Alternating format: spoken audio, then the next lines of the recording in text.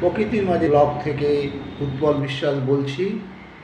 আগামীকাল আপনারা দেখবেন হুগলি জেলার শেষ ছোট প্রান্তে গ্রাম, যে গ্রামটি তিন দিক দিয়ে তিনটি জেলা দ্বারা বেষ্টিত পরিবেষ্টিত, মধ্যবর্তী গ্রামটি নিয়ে ভিডিও আপনারা দেখবেন।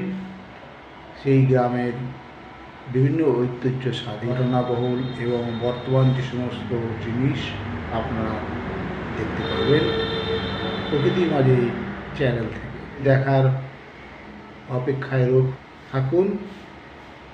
আপনাদের কমেন্ট মাধ্যমে